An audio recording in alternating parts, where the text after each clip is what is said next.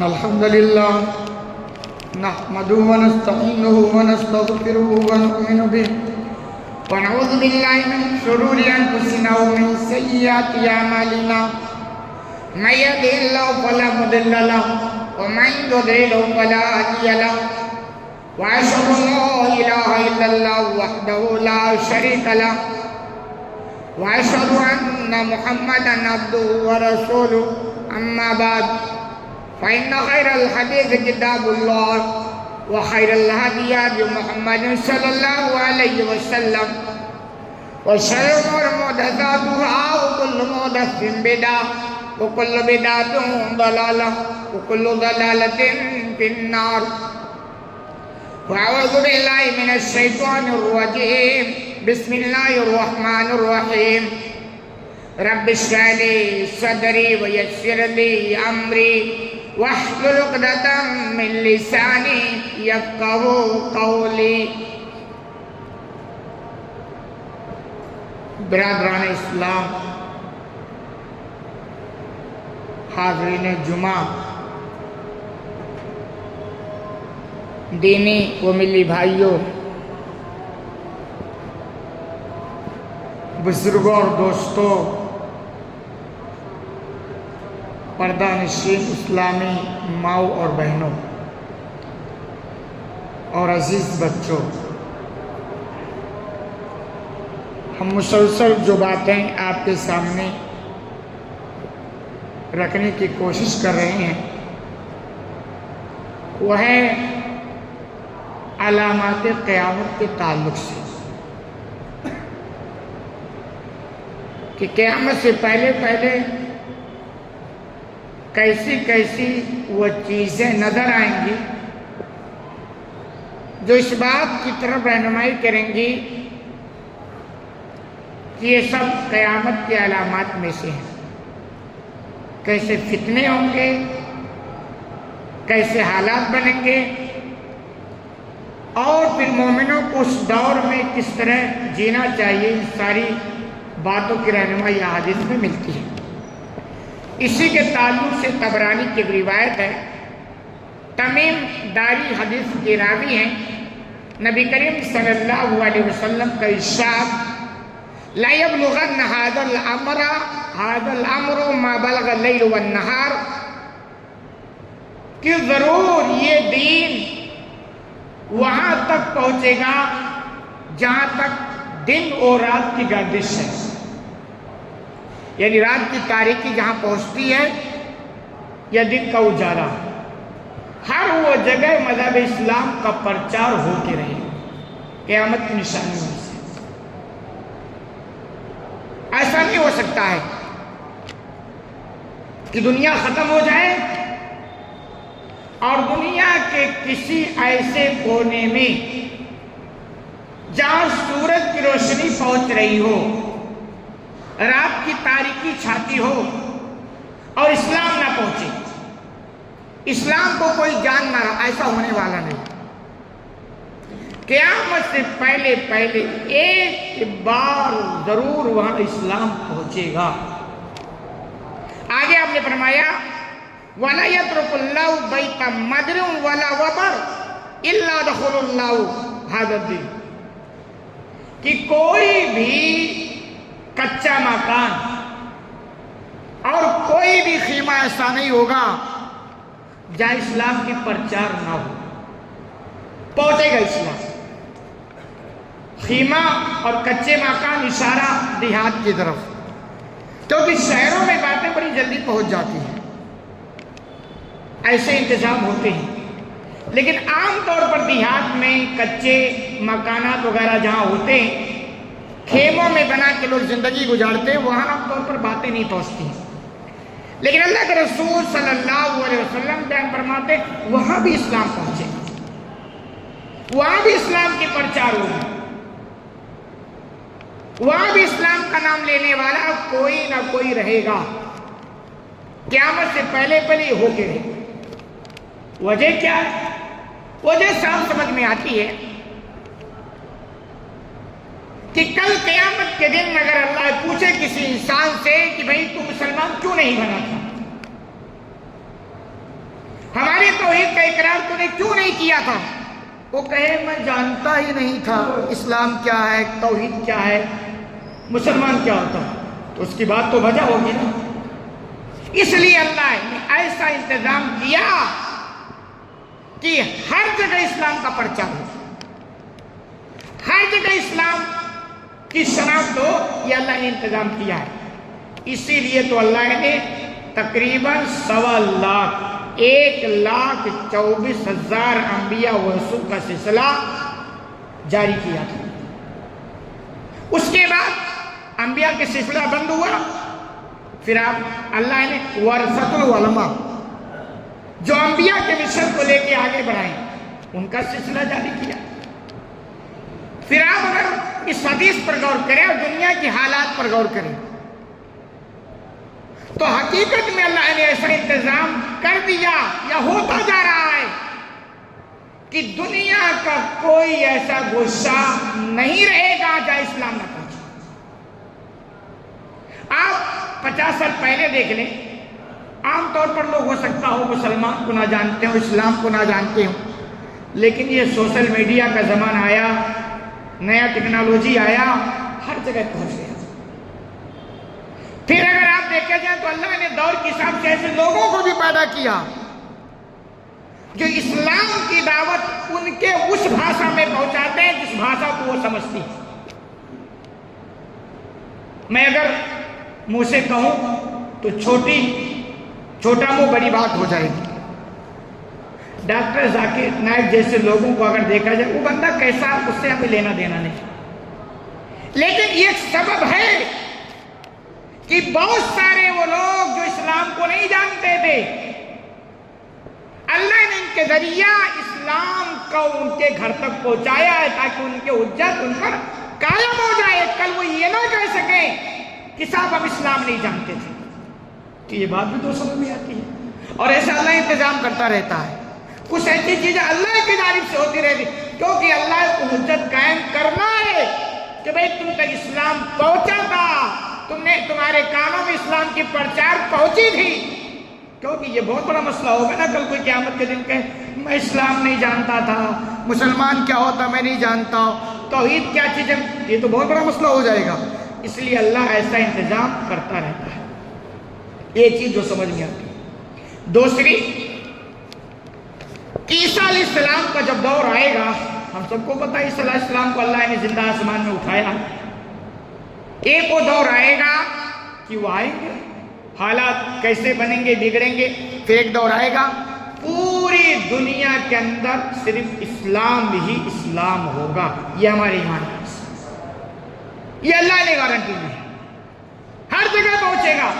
پھر الگ بات ہے، حالات خراب ہوں گے، اتنے خراب ہوں گے، اتنے خراب ہوں گے کہ پھر روئے زمین پر کوئی بھی اللہ کا نام لینے والا نہیں رہے گا، پھر اللہ قیامت قائم کر دے گا، کیونکہ پھر تو دنیا رہنے کا کوئی مطلب ہی نہیں نا۔ جس نے بنایا، جو کھلا رہا ہو، جو پلا رہا ہو، جس نے اتنی ساری نعمتیں دی ہے، اس کا نام لینے والا جب زمین پر کوئی نہیں تو پھر یہ دنیا کیوں رکھی جائے گی؟ ایسے حالات بتا رہی ہیں۔ تو حقیقت میں اس حدیث پر غور کریں تو حالات ایسے بنتے جا رہے ہیں کہ اسلام کا پرچار بڑی تیزی سے ہو رہا ہے، اور اس کی آپ جو سنتے رہتے ہیں نا، اسلام کی مخالفت پوری دنیا کے اندر سب سے زیادہ اگر کسی کی مخالفت کی جاتی ہے نا تو وہ اسلام کی مخالفت ہے۔ سوشل میڈیا کا دور ہو، میڈیا والے ہوں، ہر جگہ اسلام کی مخالفت، اسلام کی مخالفت۔ لیکن اگر باریکی سے دیکھا جائے نا، اس مخالفت میں بھی حکمت چھپی ہوئی ہے، وہ یہ نیچر ہے، جس کی جتنی زیادہ مخالفت کی جائے اس کا اتنا ہی پرچار ہوتا ہے۔ دنیا والے مل کر کے اسلام کی مخالفت کرتے ہیں اور اسلام کو اتنا ہی پرچار ہوتا ہے۔ دوسری خوشی کی بات کہ اس وقت کا جو رپورٹ ہے وہ یہ ہے کہ دنیا میں سب سے زیادہ اگر کوئی مذہب قبول کیا جانے والا ہے تو وہ اسلام ہے۔ حدیث پر غور کرتے ہیں اور حالات پر نگاہ رکھتے ہیں، یہ ساری باتیں ہوتی ہوئی نظر آتی ہیں اور سمجھتی ہوئی نظر آتی ہیں۔ تو اللہ کے رسول صلی اللہ علیہ وسلم نے یہ پیشن گوئی کی قیامت کی نشانی میں بچار آگے بڑھاتے ہیں، وَهَذَا الدِّينُ يُعَزُّ عَزِيزٌ أَوْ يُذَلُّ ذَلِيلٌ، یہ وہ دین ہے جس دین کے ذریعہ اللہ عزت والوں کی عزت میں اضافہ فرما دے گا اور ذلیل لوگوں کی ذلت میں بھی اضافہ فرما دے گا. یعنی جو دنیا میں عزت کے ساتھ رہنا چاہتا ہے، اگر وہ اسلام کو اپنا لے، اسلام کی تعلیمات کے ساتھ زندگی گزارے، اسلام والا بن جائے، تو ایسا نہیں ہے کہ وہ دنیا کے اندر ذلیل ہو کر جیے گا. اس کو اللہ مزید دنیا کے اندر بھی عزت دے گا. اور تجربات بھی یہی بتاتے ہیں، اللہ یہ کہ وہ اسلام کا لبادہ اوڑھ کر کے بدمعاشی نہ کر رہا ہو. ورنہ آج بھی اگر ایک بگڑا سا بھی بگڑا مسلمان کو پتہ چل جائے کہ یہ بندہ قرآن کا حافظ ہے، سلام مارنا شروع کر دیتا ہے. یہ کیا ہے؟ پتہ ہو جائے یہ دین کا عالم ہے، اس کے لیے لوگ کرسی چھوڑ دیتے ہیں. یہ کیا ہے؟ پتہ ہو جائے کہ یہ دین کا دائی ہے، اس کی دعوتیں لوگ کرنا شروع کر دیتے ہیں، اس کے راستے ہموار کر دیتے ہیں. لوگ چاہتے ہیں کہ ایسے لوگ ہمارے گھروں پر آئیں. یہ کیا ہے؟ یہ دین کے ذریعہ اللہ نے ان کی عزت دی. جو لوگ شکایت کرتے ہیں کہ نہیں دین کا دائی بن کر کوئی عزت نہیں، تو حقیقت میں جو عزت آپ تلاش رہے ہو نا، وہ عزت نہیں ہے. عزت وہی ہے جس عزت کو اللہ نے سمجھایا ہے، جس عزت کو رسول نے سمجھایا، وہ عزت ہے. تو یہ بھی بے شک ہوئی ہے کہ اللہ رب العالمین اس اسلام کے ذریعہ عزت والوں کی عزت میں اضافہ فرمائے گا. جو عزت دار بنتے ہیں، اگر وہ اسلام کے سچے پکے مومن بن جائیں، ماننے والے بن جائیں، تو ان کی عزت میں اور زیادہ اضافہ ہوگا. اور جو لوگ اس کی مخالفت کریں گے وہ ذلیل قسم کے لوگ ہیں، اور ایسے ذلیل لوگوں کی ذلت میں بھی اللہ اضافہ کر دے گا. آپ دیکھیں دنیا میں جنہوں نے اسلام کی مخالفت کی ہے، جتنے بڑے پیمانے پر انہوں نے مخالفت کی ہے، اتنی بڑی بدنامی سے انہیں دوچار ہونا پڑا. ابو جہل کا نام آپ نے سنا ہوگا، ابو لہب کا نام آپ نے سنا ہوگا. یہ وہ لوگ تھے جو کہ رسول کی مخالفت کرتے تھے. اللہ نے ایسا بدنام کیا، ایسا بدنام کیا، ایسا ذلیل کیا کہ آج ان کا کوئی نام لینے والا نہیں. اور اگر کوئی لیتا بھی ہے، فرعون بہت بڑا ظالم آدمی تھا، موسیٰ علیہ السلام سے پنگا دیا. ابو جہل بہت نالائق تھا. ابو لہب کوئی اگر نام بھی لیتا تو تمیز سے نہیں لیتا، اس کی برائیاں بیان کرنے کے لیے لیتا ہے. اور جنہوں نے اسلام کے ساتھ زندگی گزارا، ان کی بھی زندگی آپ دیکھیں. رسول صلی اللہ علیہ وسلم سب سے زیادہ اگر دنیا میں اللہ کے بعد کسی کا تذکرہ ہوتا ہے وہ تو نبی کریم صلی اللہ علیہ وسلم. مسلمانوں کہاں جاؤ عزت تلاش کرنا؟ ہم تو فلم اسٹاروں کے پیچھے بھاگ رہے ہیں، دنیا والوں کے پیچھے بھاگ رہے ہیں، انگریزوں کے پیچھے بھاگ رہے ہیں، گوروں کے. حالانکہ آپ کو اوپر سے دکھ رہا ہے کہ ترقی یافتہ قوم بڑے خوشحال سے، اوپر سے اندر کے جو ان کے حالات ہیں نا، وہ آپ کو پتہ نہیں. ٹوٹے ہوئے ہیں، پریشان ہیں. وہ اپنی سکون کے لیے ماگی سے ماگی گاڑیاں خریدتے ہیں کہ ہم کو سکون مل جائے، ملتا نہیں. وہ اپنی سکون کے لیے ماں سے ماں کے مکان بنواتے خریدتے ہیں، مگر سکون نہیں، کیونکہ سکون تو کہیں اور ہے اور تلاش کہیں اس کی اور ہو رہی. تو عزت تو اسلام میں ہے، اسلام کی تعلیمات میں ہے، اسلام کا دائی بن کر زندگی گزارنے میں. اور آگے اللہ کے رسول صلی اللہ علیہ وسلم اسی حدیث سے فرماتے ہیں، عزت یعز اللہ بہ الاسلام وذل یذل اللہ بہ الکفر، کہ اللہ رب العالمین عزت والوں کو اسلام کے ذریعہ مزید عزت دے گا، اور اہل اسلام کو بھی دے گا اور اسلام کو بھی دے گا. اور جو لوگ ان کی مخالفت کریں گے ان کو اللہ ذلیل کرے گا، کفر کے ذریعہ ذلیل کرے گا، اور دنیا کے خرافات کے ذریعہ ذلیل کرے گا. یہ نبی کریم صلی اللہ علیہ وسلم کی پیشن گوئی ہے. تو خلاصہ حدیث کا یہ کہ اگر ہم چاہتے ہیں کہ ہم دنیا کے اندر بھی عزت نصیب ہو، آخرت کے اندر کامیابی ہو، ایک ہی جملہ ہے کہ اپنی زندگی کو ہم اسلام کے ماتحت ڈھالنا شروع کریں. دوسری حدیث جو صحیح مسلم کے حوالے سے ابو ہریرہ حدیث کراوی ہے، اللہ کے رسول صلی اللہ علیہ وسلم نے بیان کیا، لیست السنۃ بألا تمطر ولكن السنۃ ولكن السنہ الا تمطر ان تمطروا وتمطروا ولا تنبت الارض شيئا. اللہ کے رسول صلی اللہ علیہ وسلم قیامت کی نشانی میں سے بیان کرتے ہیں کہ قحط سالی یہ نہیں ہے کہ آسمان سے بارش رک جائے.